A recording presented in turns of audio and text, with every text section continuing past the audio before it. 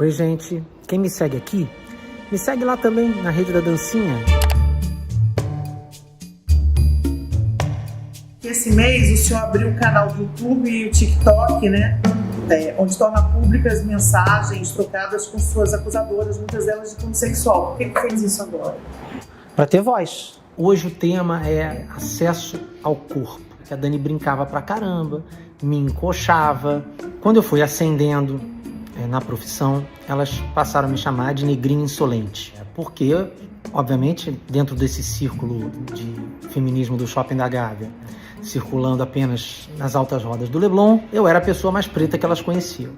Quando eu comecei a ver que boa parte do que sai na imprensa, o que sai, né, do meu lado é deturpado, eu achei que eu faria melhor abrindo o meu próprio canal de comunicação e torcendo para que as pessoas fossem ver os meus vídeos. Porque ali eu teria espaço, tempo para explicar acusação por acusação, pessoa por pessoa. Nesse espaço, né, como o senhor mesmo diz, o senhor fala pontualmente das acusadoras, inclusive das testemunhas, e algumas delas de uma maneira bem, chama de mitômana e tal, não soa ofensivo, não pode soar ofensivo para as pessoas, para o público? Como vai soar, não tenho controle. O que eu posso dizer é que eu abri esse canal, primeiro, eu não falo de ninguém que já não tenha falado de mim. Quer dizer, o meu canal é sempre uma resposta. Sempre que eu for atacado publicamente, me defenderei publicamente.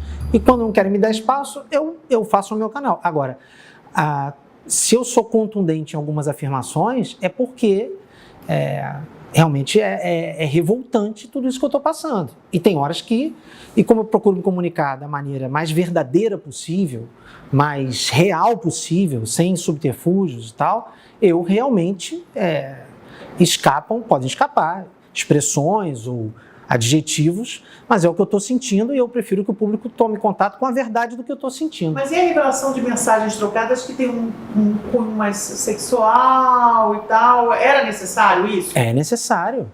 Essa discussão sobre crimes sexuais é uma discussão sobre comportamento. Basicamente, eu estou sofrendo acusações gravíssimas.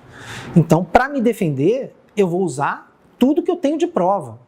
Se essas provas expõem pessoas, não posso fazer nada. Ainda mais quando essas próprias pessoas vão se expor. Eu só coloquei mensagens, repito, de pessoas que foram falar de mim publicamente. Pessoas que vão falar de mim publicamente e vão questionar o meu comportamento, eu tenho todo o direito de expor à sociedade, à opinião pública, a realidade sobre aqueles comportamentos, sobre todos os comportamentos, sobre o contexto das relações. Repito sempre, eu sou contra todo e qualquer sigilo desse processo e de qualquer outro que eu esteja sofrendo ou que eu tenha proposto. Eu acho de verdade, para a sociedade ser bem informada sobre um caso tão midiático e que a opinião pública, e que foi parar na opinião pública por elas, não por mim, as pessoas têm que saber. Quem começa isso na opinião pública é a doutora Mayra Cota, em 2020, na Folha de São Paulo, depois na Piauí, depois na CNN, na Record. Ela fez um périplo pelos veículos de comunicação até que eu começasse a falar. Depois eu judicializo o caso. E aí passamos um bom tempo, eu passei um bom tempo sem dar entrevista, mais de um ano, ou só dava entrevistas sobre coisas que já tinham saído na imprensa. Agora, eu falar diretamente, mostrar provas diretamente, só quando eu fui exposto também. Aí não tem jeito. Então, agora o senhor acabou de falar sobre a questão do processo correr sob sigilo. A revelação de provas que provavelmente estejam dentro do processo, que é protegido por sigilo, não pode ser considerado uma afronta ou um sinal de desconfiança no sistema judiciário brasileiro? Não, eu confio no sistema judiciário, tanto que eu procuro o sistema judiciário. Eu não vou a Brasília, de gabinete em gabinete, eu me defendo dentro do processo. Acontece que uma coisa é você vazar os autos do processo, os autos, aquilo que está lá. Outra coisa são mensagens pessoais, trocadas entre mim e essas pessoas, que eu tenho que mostrar para me defender. E isso é contemplado pela lei. Já existe, inclusive em São Paulo, eu consegui na justiça que a justiça reconhecesse o meu direito de ter mostrado mensagens de Dani Calabresa, porque ela, e através da sua advogada, e depois ela mesma, elas falaram de mim publicamente. Então, para me defender, o artigo 153, quer dizer, a lei 153, que é essa coisa da privacidade, né, das mensagens pessoais, ela abre uma brecha que é a justa causa para a defesa da honra. E isso foi reconhecido pelo Tribunal de Justiça do Estado de São Paulo, e eu estou fazendo a mesma coisa agora. Só mostro mensagens e só falo de pessoas que falaram de mim publicamente. Me acusam publicamente, me defendo publicamente. Vai ser assim até o fim. E não vou abrir mão da minha defesa. Nenhuma chance. Falou, mostrarei provas. Agora, se mostrar provas ofende, eu acho que isso também tem que ser observado. Porque tem uns discursos feitos que é assim, eu falo, ele está tentando silenciar vítimas. Isso está nas notas, né, que eles divulgam. Como é que falar o seu lado é silenciar o outro lado? Não, falar o seu lado é falar o seu lado. Eu não pedi para ninguém ser silenciado. Não pedi, não pedirei. Qualquer uma dessas pessoas aí pode falar o que quiser de mim, mas vai ter que também ser confrontada com provas e fatos. É isso que eu pergunto agora. Como é que o senhor reage à afirmação da Dani Calabresa de que a revelação dessas mensagens é uma tentativa de intimidação das vítimas? Porque a Dani Calabresa tem muito a temer pelas mensagens mesmo. Então, assim, eu entendo que ela fique desconfortável com as mensagens que nós trocamos.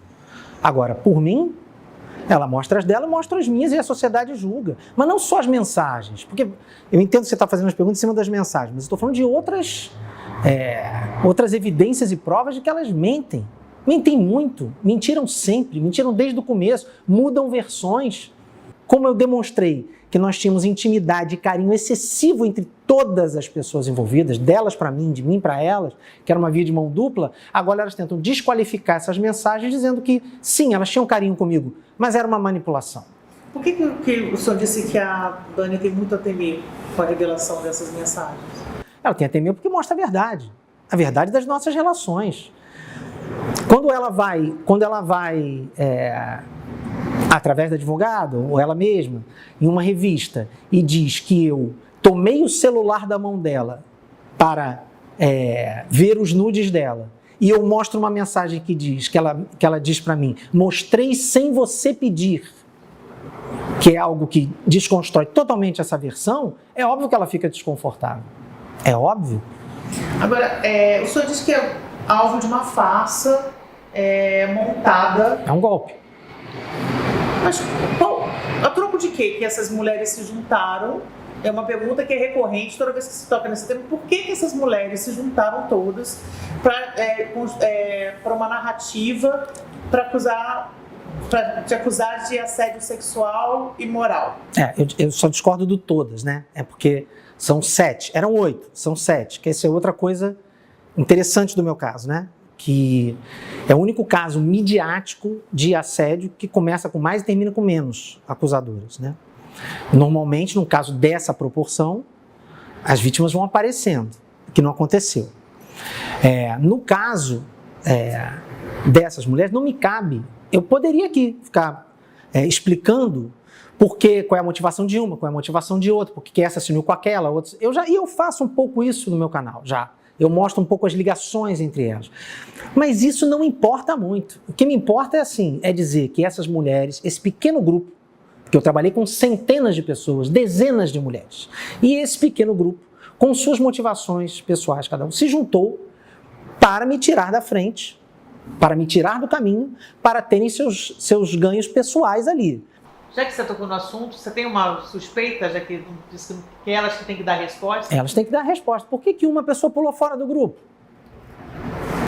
Mas não foi exatamente a que disse, num depoimento que não sabia se estava na condição de testemunha, acusadora, não era ela? Não, essa continua. Essa é a Débora Lan. Débora Lan, isso saiu, esse vídeo está aí. O Ricardo Feltrin divulgou. A Débora Lan não sabia se era vítima ou testemunha. E se você for pegar, ela entrou para encorpar o caso, para fazer número. Aliás, eles fazem números, né? Ao longo da história, se for pegar as notas deles, 13, 12, mais de uma dezena, nunca, sempre foram 8. Agora virou 7.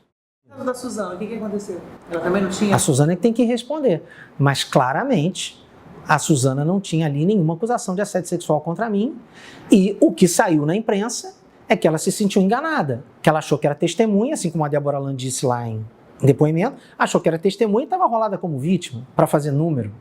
Esse caso é um escândalo. Esse caso tem uma quantidade de mentiras tão gigante que é inacreditável que ele não tenha sido encerrado ainda. Agora, essa exposição, essa revelação, não é uma amostra que o senhor teme ou que seja denunciado, uma condenação na justiça e por isso está buscando respaldo na opinião pública em sua defesa? Não. Quem buscou a justiça fui eu. É óbvio que quando você busca a justiça, você não tem certeza do resultado. Mas eu continuo com a confiança inabalável na justiça, porque as provas são absurdas de que o que elas dizem não aconteceu. Agora, eu preciso me defender na opinião pública porque foi o palco que eles escolheram. E se eu precisar montar uma banquinha na Rua do Ouvidor ou na Largo da Carioca, subir num caixote e falar para todo mundo, a sociedade tem direito de saber. Eu fui exposto, humilhado, tive a minha vida destruída, minhas filhas sofrem bullying, sofreram, choram, estão na psicóloga até hoje por causa desse caso. Toda vez que eu for atacado publicamente, vão me defender publicamente. Isso é um caminho sem volta. Elas levaram para esse palco. E levaram para esse palco ao extremo, ao ponto de ir a Brasília, em gabinete, se dizendo vítimas, indo lá e abraçando autoridades e tal. Não dá. O que você acha da acolhida delas pela primeira-dama e pela ministra das Mulheres? O que achou? Eu acho inadequado. Já disse que acho inadequado. Acho inadequado que autoridades recebam supostas vítimas de um caso que eu não sou nem réu. Então, um caso inconclusivo. Ainda mais vindo de um governo que reclamou durante muito tempo, quando estava fora do governo, do amplo direito de defesa, da paridade de armas, da presunção da inocência. E agora recebe pessoas que se dizem vítimas, mas que não têm nem confirmada sua condição de vítimas. E mais, elas vão, mas ainda assim eu acho que elas foram enganadas, as autoridades foram enganadas. Não coloco a culpa nas autoridades, eu acho que as autoridades foram enganadas. Você acha que a primeira-dama foi enganada? Acho que a primeira-dama, a ministra das Mulheres, ou a OAB, quem recebeu elas lá, não estão por dentro dos detalhes que correm aqui em segredo de justiça. Então, foi feito um lobby. O que é importante dizer é o seguinte, foi feito um lobby para elas irem a Brasília. Essas mulheres, embora estejam aí muitas vezes aparecendo como pessoas estão ali sofrendo, elas têm uma estrutura muito grande por trás, é importante dizer isso, uma estrutura profissional. Elas têm grandes escritórios, elas têm equipe de marketing, elas têm gerenciadores de vida, elas têm equipe de marketing. Nas postagens, você já mencionou, falou a Turma da Gávea. República da Gávea. República da Gávea. Por quê? Feminismo do Shopping da Gávea. Porque, obviamente, elas estão tentando atrelar o caso à causa. Qual é a estratégia delas? Com toda essa equipe montada em volta delas? Como a opinião pública acordou? Como a justiça está sendo confrontada dia a dia com provas e quilos de provas e mentiras e contradições e mudanças de narrativa, tudo isso, elas paralisam o caso na Justiça do Rio de Janeiro e vão para uma outra estratégia, que é tentar um engajamento na opinião pública, atrelando o caso à causa. Por isso essa pauta de Brasília, com a justificativa de discutir o assédio no audiovisual, isso é para embaralhar o caso com a causa, para conquistar apoios políticos, para conquistar apoios de feministas, de formadores de opinião, como se elas fossem dignas representantes dessa causa. Elas fazem um desserviço à causa, eu vou provar isso vai ficar provado ao fim do processo, e vai ser uma vergonha para quem apoiou. Porque elas mentem descaradamente, o tempo todo. Mas elas conquistaram apoio na rede social, sensibilizaram, choraram. Elas se apresentam como um manipulador, como uma pessoa que... E contam casos, por exemplo, o momento que ser recebida de cueca, tem algumas cenas, né? O ambiente, será que você não se valeu um pouco desse ambiente? E foi um pouco além, avançou um pouco? Não, eu nunca me vali do ambiente para nada, nem do cargo para nada. A questão é, uma das coisas que configura o assédio sexual, inclusive, é isso, é você usar o seu cargo como moeda de troca, né? E não tem nenhuma prova, porque não aconteceu, de que eu tenha trocado qualquer benesse por favores sexuais. Tanto que só me acusam pessoas que não levaram o que queriam. que a despeito das nossas relações pessoais, uma é o crédito, a outra não foi para o trabalho novo, a outra não conseguiu o programa que queria, não eram pessoas que eu estava ali dizendo assim, faz isso que eu te dou aquilo. Pelo contrário, como eu não dei, como eu tracei a linha ética do crédito, do programa novo, do não estar no outro programa, agora vem com a narrativa de que não, e como não cederam, mas que isso não era dito claramente, elas foram boicotadas. Aí eu mostro que não foram boicotadas, eu mostro que isso não aconteceu, eu mostro que os números estão errados. E aí muda essa narrativa, vira outra narrativa. E assim vai, elas atrelam o caso à causa. Essa é a estratégia delas. Para quê? Para que elas pressionem a justiça, pressionem a opinião pública para que uma possível derrota dela seja uma derrota da causa. E assim a justiça fica pressionada a julgar a favor delas. As pessoas já reclamam publicamente da morosidade da justiça nesse caso. Você acha que isso é muito importante. Isso está sob pressão? Você acha que... A morosidade da justiça não é a morosidade da justiça. Nesse caso, a morosidade da justiça é uma morosidade provocada por elas. Provocada. Eu acho de verdade que elas estão, e é importante que eu denuncie isso aqui ainda em 2023, quando o caso ainda está na delegacia, porque eu tenho certeza que esse discurso virá, que é, quando eu não for condenado, vai vir o discurso de que a justiça é lenta, de que eu escapei por uma manobra jurídica, elas manobram juridicamente esse caso para que o caso se prolongue. Esse caso estava para a conclusão do Ministério Público em 31 de agosto de 2022. O que elas fazem? Pedem que volte para a delegacia para ouvir duas testemunhas. Duas. Uma não aparece, mas estava na entrevista do Metrópolis. A outra não aparece, mas estava em Brasília. E essa segunda, que estava em Brasília, a carta precatória para ouvi-la volta por endereço errado. Como é que volta por endereço errado? Uma pessoa que é conhecida de todas, que estava em Brasília na comitiva. Aí sabe o que acontece agora? E eu vou falar e pronto. Elas desistem das duas testemunhas. Um processo que é atrasado 9 meses para ouvir duas testemunhas, que depois elas desistem. A quem interessa atrasar o processo 9 meses, se não a elas, para que não sejam analisadas com lupa, analisadas e confrontadas as dezenas de incongruências, inconsistências, mentiras, contradições desse processo. Esse processo não ser analisado não é bom para mim, é bom para elas. Eu só discuto no mérito, eu não discuto prescrição, eu não discuto nada que me livre por outra via que não seja um mérito, eu só discuto mérito. Mas elas estão trabalhando diariamente para que isso caia num limbo jurídico e não seja julgado. Esse caso, ele é todo do avesso. O acusado procura justiça, depois eu que quero que a justiça ande, as vítimas, em vez de aumentar, diminuem. O que falta as pessoas enxergarem que esse caso está totalmente estranho? Assim, voltando à questão da... Desculpa, eu não te respondi uma coisa. Sobre a pecha na opinião pública. Eu acho de verdade que essa pecha na opinião pública já não existe. As pessoas já acordaram que eu não sou a pessoa que desenharam. Posso ter cometido erros, e acho que os cometi, mas não sou criminoso, não cometi crimes, e esse caso tem dezenas de mentiras já comprovadas, então as pessoas estão vendo, a opinião pública já acordou. Você já falou na primeira vez que fala que já cometeu erros e excessos. Quais eles? Aqui, que excessos o senhor se refere? Não, hoje, olhando em perspectiva, eu acho que eu abri um flanco para cair nessa arapuca que eu caí, que é uma intimidade excessiva com pessoas do trabalho, não colocar barreiras ali de intimidade entre nós, me relacionar com pessoas do trabalho. Isso para falar do ponto de vista profissional. Agora, do ponto de vista como homem, o meu grande erro, e o meu erro foi ter, obviamente, traído a minha mulher. O senhor já falou que foi um marido tóxico, um companheiro tóxico, já falou um namorado tóxico. O senhor não acha que talvez tenha sido também um chefe tóxico, não tenha percebido? Tenho certeza que não. Tenho certeza e mostrei e venho mostrando que eu só tratei com respeito e carinho essas pessoas. Elas dizem isso na entrevista ao Metrópolis.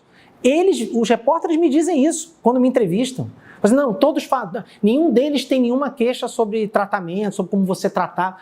Elas dizem assim, não, era um ambiente de muito amor, mas que havia uma manipulação numa camada que não era... É um dos discursos da Dani Calabresa, por exemplo. Ela disse que era uma maneira de dizer, estabelecer um controle. de manipulação. Né? O interessante desse controle é assim, elas tentam dizer que meio que estavam presas naquele ambiente, né? Que eu controlava e manipulava, que eu não deixava. Aí eu provo, com prova atrás de prova. Que quem quis fazer o que quis, fez. Quem quis sair, saiu. Quem quis fazer filme, fez. Quem quis fazer novela, fez. Quem quer ir para o departamento, foi. Que quando Verônica me pergunta se podia ir, eu falo assim, é até bom que você vá, é bom para você, é bom para sua carreira, fez teste para novela.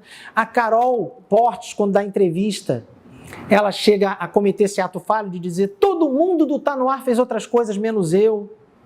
Que é ao contrário do que as pessoas, que Verônica diz, que Georgiana diz, ela está contradizendo as próprias outras acusadoras. Então, eu provo o tempo todo que eu agi como chefe, que era assim, você vai estar feliz? Pode ir. Quer fazer? Faz. Só não dá para você estar em 2 lugares ao mesmo tempo. E como é que o senhor recebe, então, a participação do Maurício Farias, inclusive, o apoio que ele tem dado, inclusive concedendo entrevistas sobre isso, que ele estava lá, né? Dizendo que recebia queixas, que agora se deu conta. Não, ele não recebia queixa. O que o Maurício fala é, ele se queixa de mim porque eu tinha embates com os diretores dele. Isso é que ele fala. Coisa do abuso moral, que ele diz. Mas ele não fala, por exemplo, de ninguém de mim para baixo, para atrizes ou com... Nunca. Meus embates eram sempre assim, com diretores, para a qualidade do programa.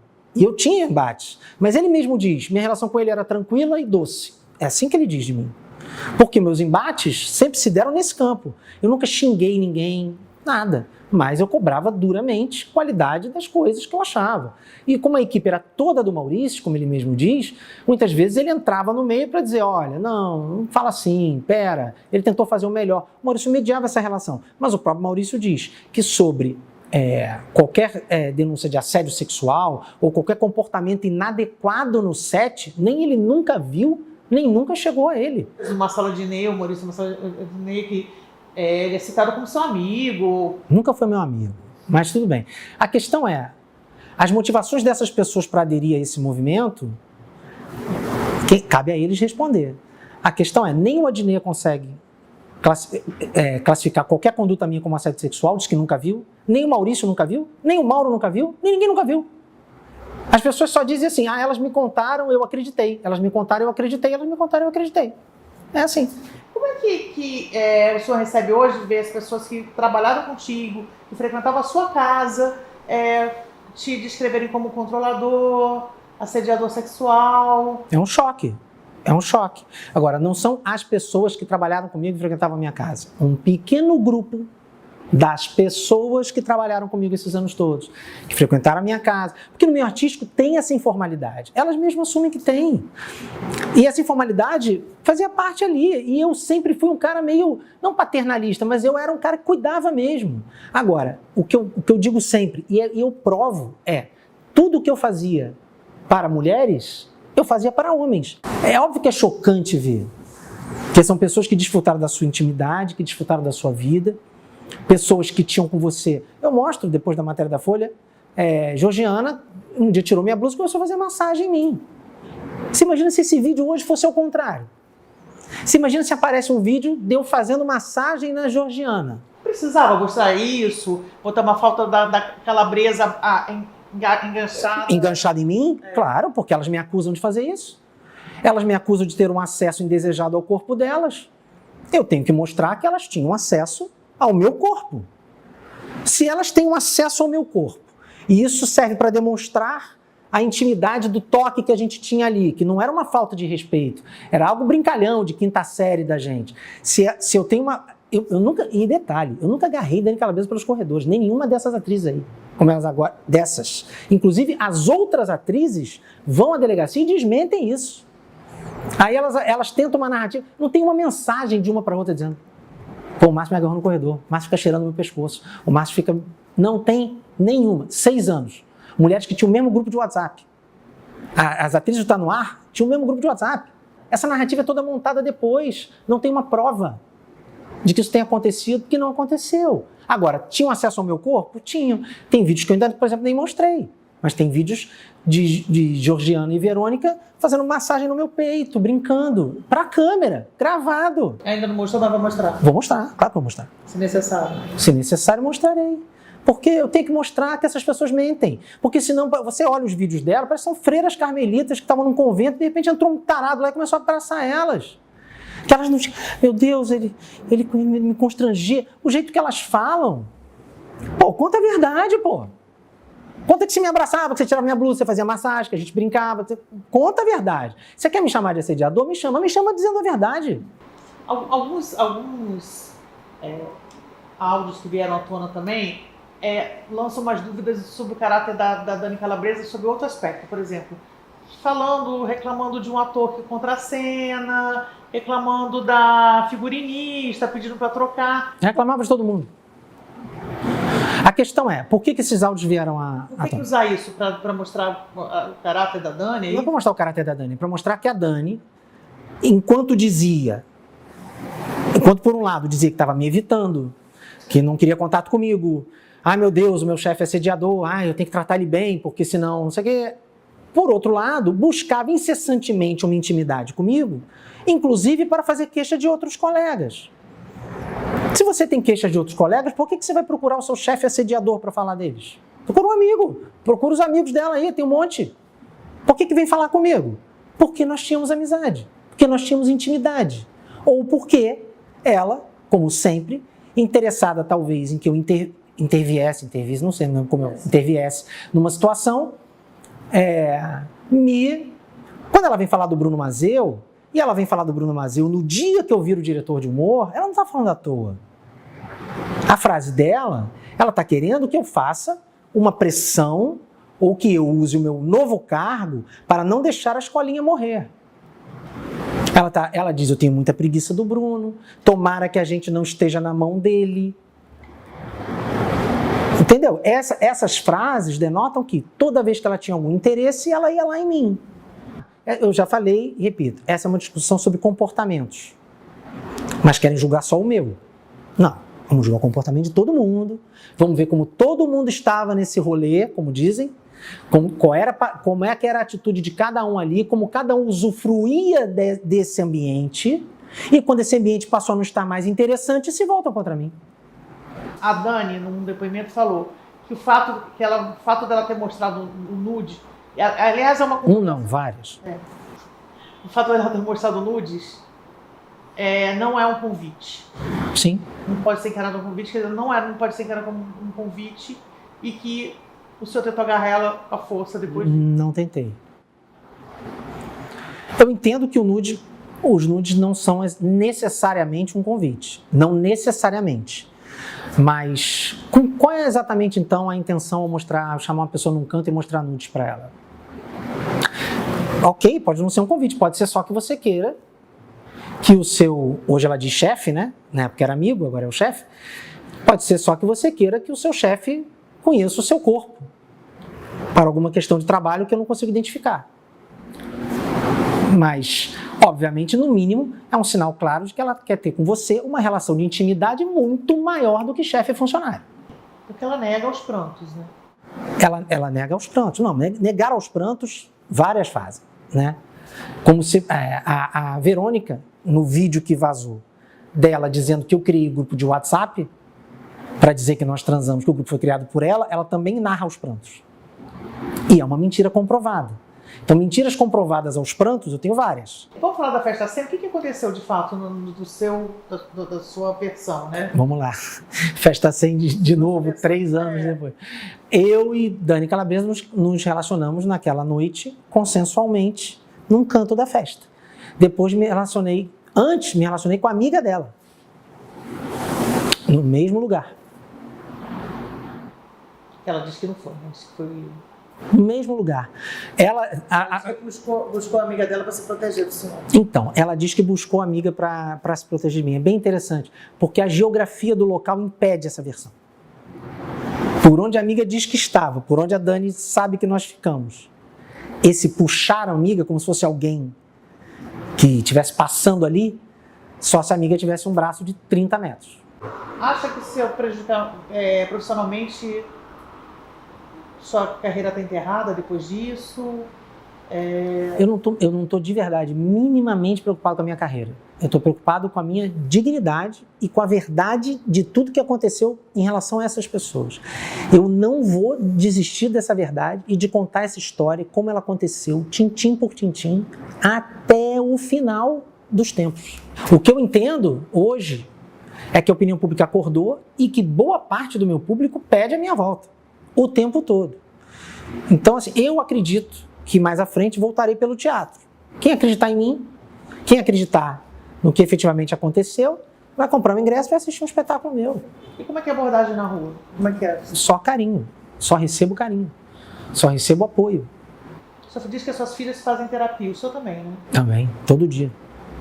Todos os dias. Você já fazia antes ou foi... Fazia terapia, faço terapia desde 2008, mas não com essa assiduidade. Era uma vez por semana, agora é todo dia. Mas o sofrimento maior dessa história toda, óbvio que eu sofro pra caramba com isso.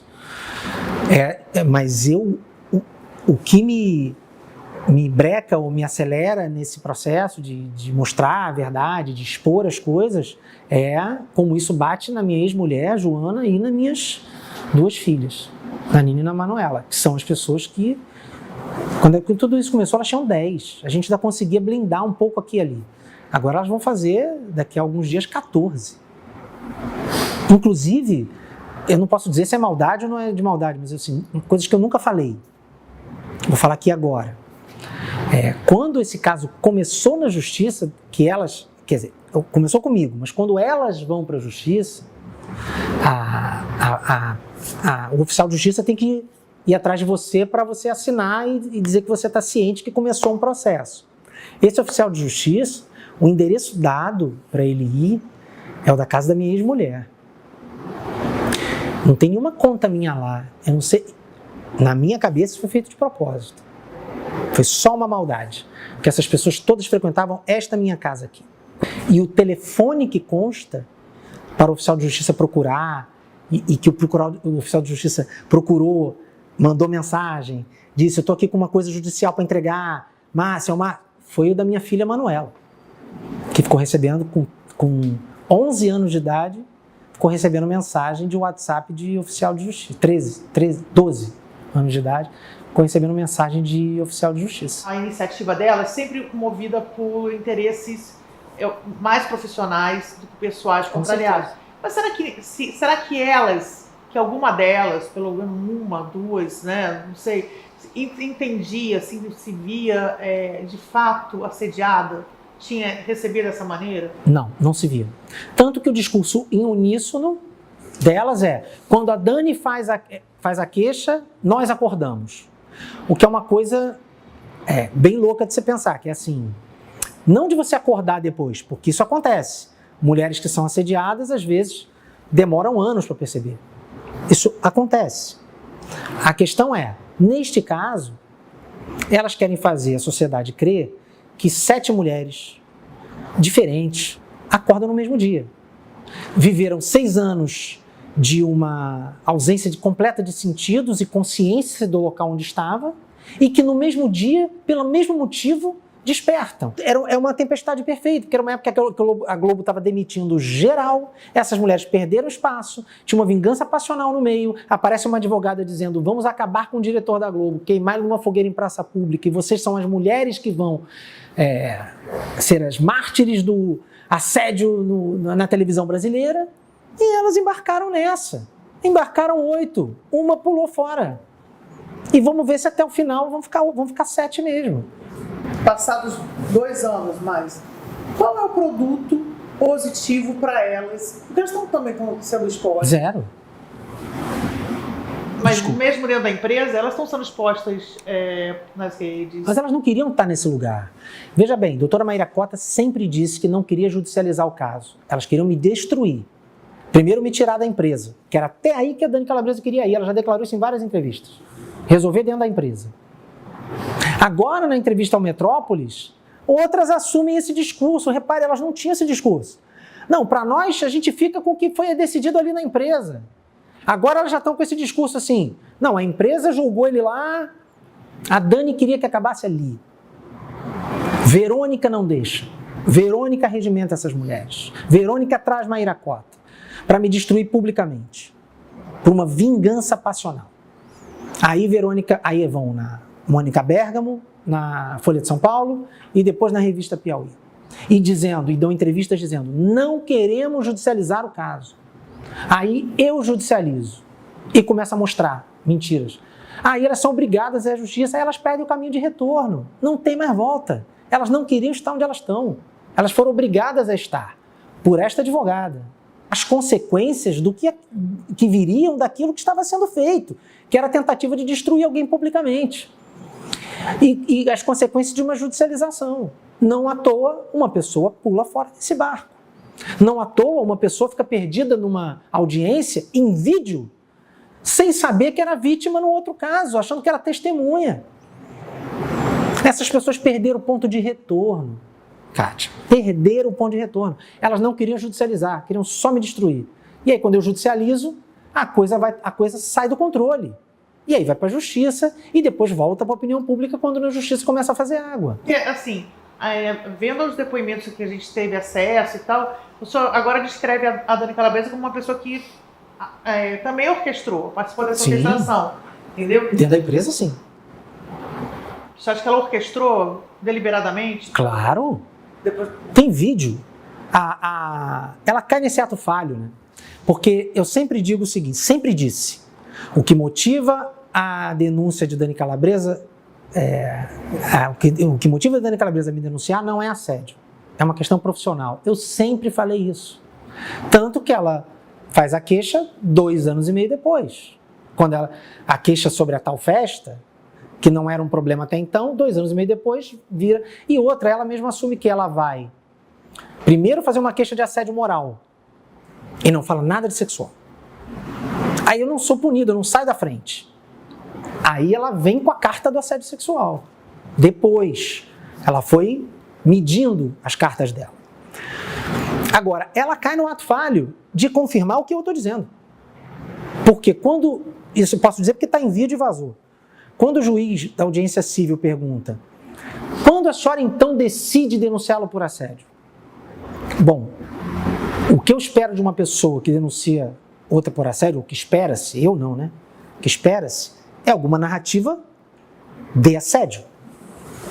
Cansei dele ficar me cheirando pelos corredores, cansei dele ir atrás de mim, cansei das mensagenzinhas picantes, ele me agarrou de novo na festa. Não, a resposta da Dani Calabresa é: quando eu recebo a ligação da produtora de elenco dizendo que eu estava fora do projeto tal.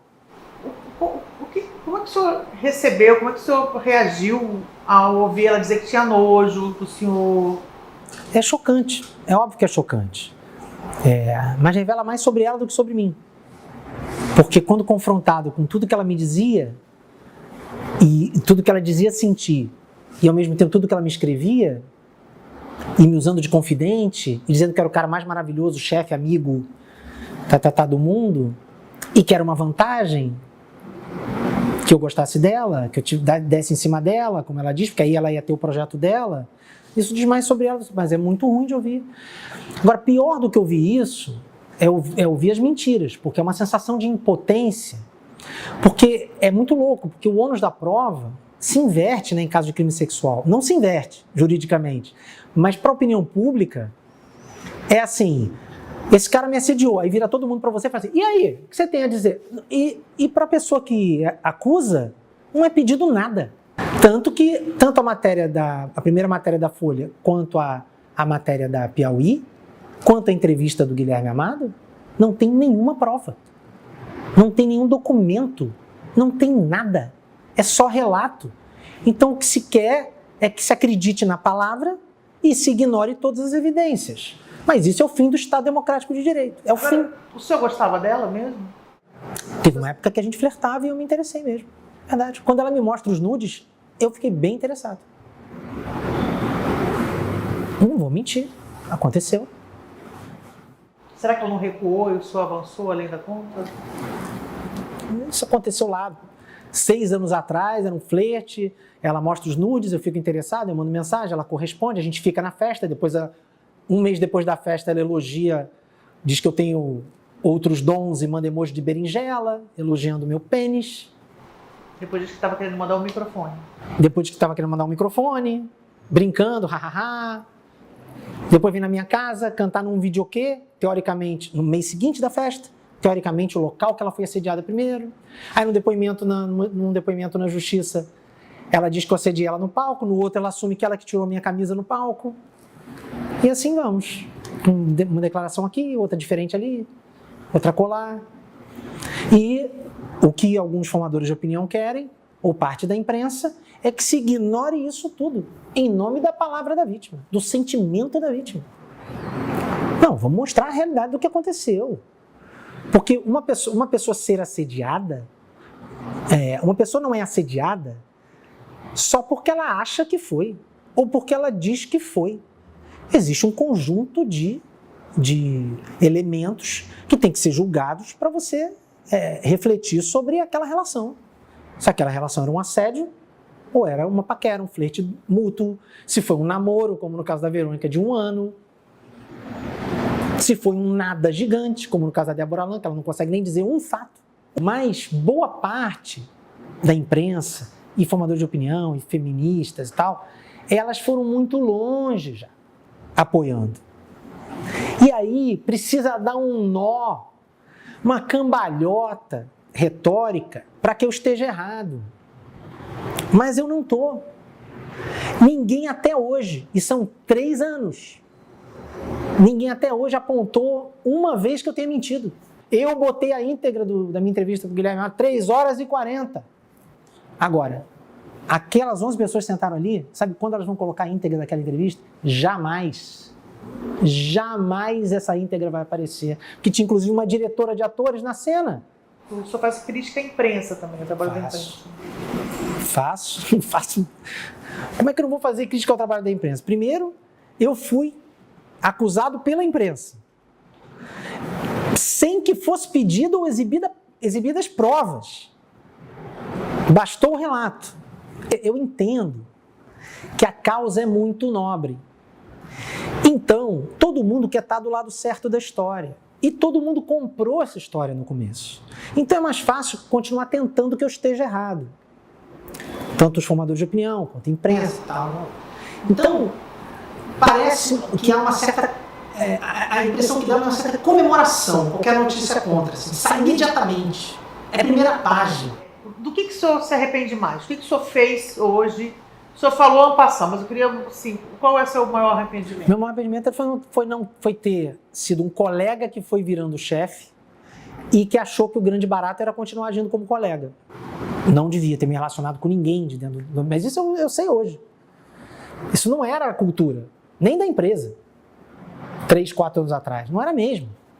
Os exemplos estão todos aí também. Não vou eu citar. Então aí, vou pegar... Eu sou o primeiro diretor ou autor, redator final, ou autor que teve relacionamento com atrizes ou roteiristas. Pelo amor de Deus, né? É só olhar a história, não é nem da TV Globo, do audiovisual brasileiro. E eu não estou dizendo se é certo, se é errado. A questão é, quando o relacionamento vinga, não é assédio. Quando o relacionamento dá errado, vira assédio? Está errado. Rebate com veemência as acusações de assédio sexual. Mas e assédio moral? Há muita queixa nesse sentido também, dizendo que eram impedidas de trabalhar em outros lugares. Já provei que não. Já provei exaustivamente que não. Não sei mais o que eu preciso provar. Porque... Você acha que o senhor foi um bom chefe? Bom, muita gente diz que sim, mas isso é muito subjetivo. Agora, não ser um bom chefe não é crime. A gente está discutindo crime, né? A questão é um grupo claramente ali. Ninguém tolera frustração, né? É um pessoal que parece que não existe, que não foi formado para a vida adulta. Porque, assim, a Carol pode chorar aos prantos, dizendo assim, todo mundo foi para o programa novo, menos eu. Pô, isso aí a pessoa tem o quê? 6 anos de idade? Para dizer um negócio desse? Todo mundo foi, menos eu? Isso é uma justificativa para você estar acusando alguém de um crime? Isso é uma bobagem. Isso é a vida adulta, gente. É frustração. Dani Calabresa também. Com essa história do programa que ela queria que fosse o Furo MTV com o Bento Ribeiro. Segue a vida, cara. Vai fazer outra coisa. E era eu que não deixava ela fazer o Furo MTV com o Bento Ribeiro? Quantos anos já tem que eu saí da TV Globo? Cadê o Furo MTV com o Bento Ribeiro? Era uma questão minha? Cadê essas pessoas brilhando por aí que eu atrapalhei? Onde estão essas pessoas? Agora, assédio moral, tem gente que pode achar que sofreu assédio moral. Beleza, vamos discutir o assédio moral, mas é subjetivo. Me processa então, mostra. Mas a gente está discutindo aqui, eu não sofro nenhum processo na justiça por assédio moral, nem dano moral. O único processo contra mim é por assédio sexual. Então essas narrativas de não me deixar vir aqui, não me deixar vir, já desmontei, já mostrei e-mails, já mostrei comunicações, já mostrei tanta coisa. Mostrando, não tem ninguém que consiga comprovar uma proibição minha. E outra, mesmo que eu proibisse a pessoa de sair do meu núcleo para fazer outra coisa, eu estava dentro da minha prerrogativa de chefe, de dizer, não, por N motivos eu preciso dessa pessoa aqui. Se eu fosse essa pessoa poderosa, juntou aí 7 pessoas e me derrubaram assim, ó. O poder era esse que eu tinha. Quando a Dani quis, soube que telefones ligar, né? Falou com o Mauro, falou com o Maurício, falou com a Jazete, falou com a Mônica, falou com o Xerede, resolveu a questão dela. São essas pessoas que não toleraram ter um negrinho insolente de Nilópolis como chefe quando começou a desagradá-las. E aí deram o golpe. Isso todo mundo me fala, não sou eu não. Estou aqui fazendo um coitadismo. As pessoas me falam, pessoas do departamento, pessoas que viveram aquele núcleo de humor. Tem atrizes que falam para mim, Márcio, você não acordou. O negrinho insolente nunca foi uma piada. Fala isso agora, para tentar atrair simpatia, se valendo de uma causa também cara. É o que eu disse no começo, não é sobre mim. Não estou aqui dizendo que eu sofri preconceito racial. Estou dizendo, essas pessoas são preconceituosas. Para mim, quando elas falavam isso para mim, era até um orgulho de afirmação, de assim, então tá, então eu sou um negrinho insolente que saiu de Nilópolis e sem ter nenhum parente artista, conseguiu chegar em algum lugar nesse meio.